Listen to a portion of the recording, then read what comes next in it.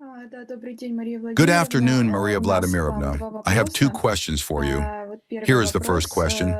Former German Chancellor Angela Merkel called COVID-19 one of the main causes of the Ukrainian conflict. How would you comment on this statement?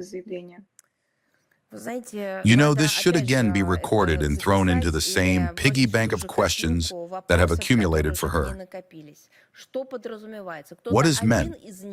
Did one of them get sick with COVID-19, lose their memory, and only now it has returned? Did someone fall ill with COVID-19 back then and begin to make monstrous decisions, some of which I mentioned today? Or are some external circumstances meant, in which interaction and relations between states changed? Let her explain what exactly she meant. I saw and read that supposedly it was about certain political chains of interaction being disrupted and so on and so forth.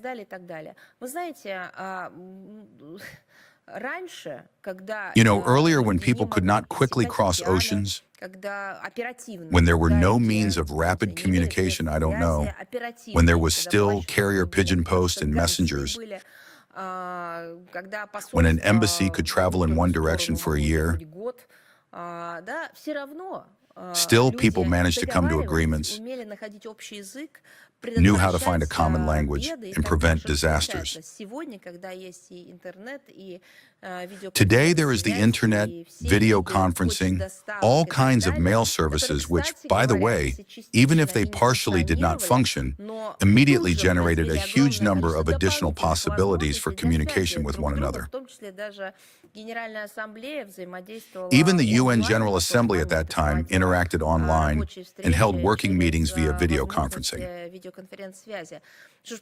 So what happens? In the period when all this became possible, people lost the ability to come to agreements? I think the answer is different. Once again, it is necessary to clarify with her what exactly she meant. I think the answer lies in something completely different. There was malicious intent shown by NATO countries toward Ukraine. They did not want to make Ukraine a strong, self-sufficient, independent state. This was not a project of the Cold War era.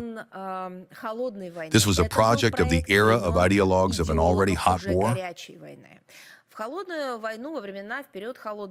During the Cold War, or in the post-Cold War period, countries were indeed brought out of the Warsaw Pact zone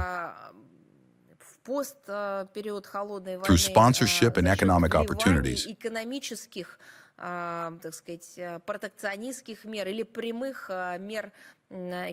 This was achieved via economic injections, so to speak, through protectionist measures or direct methods of positive economic impact.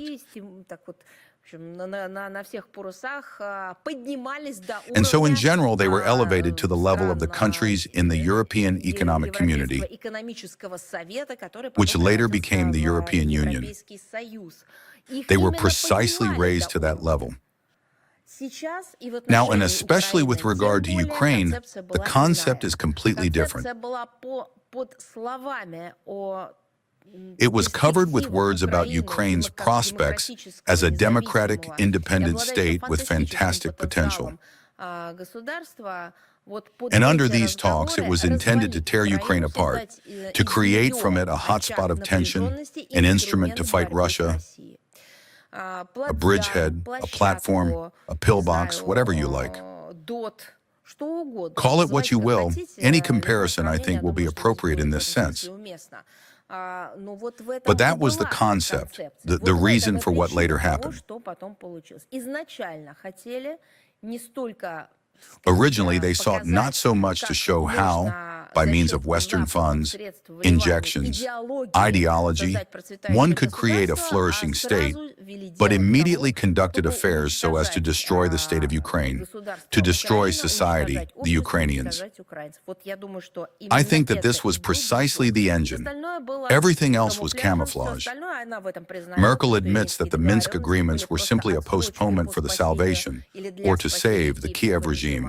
That is the reason.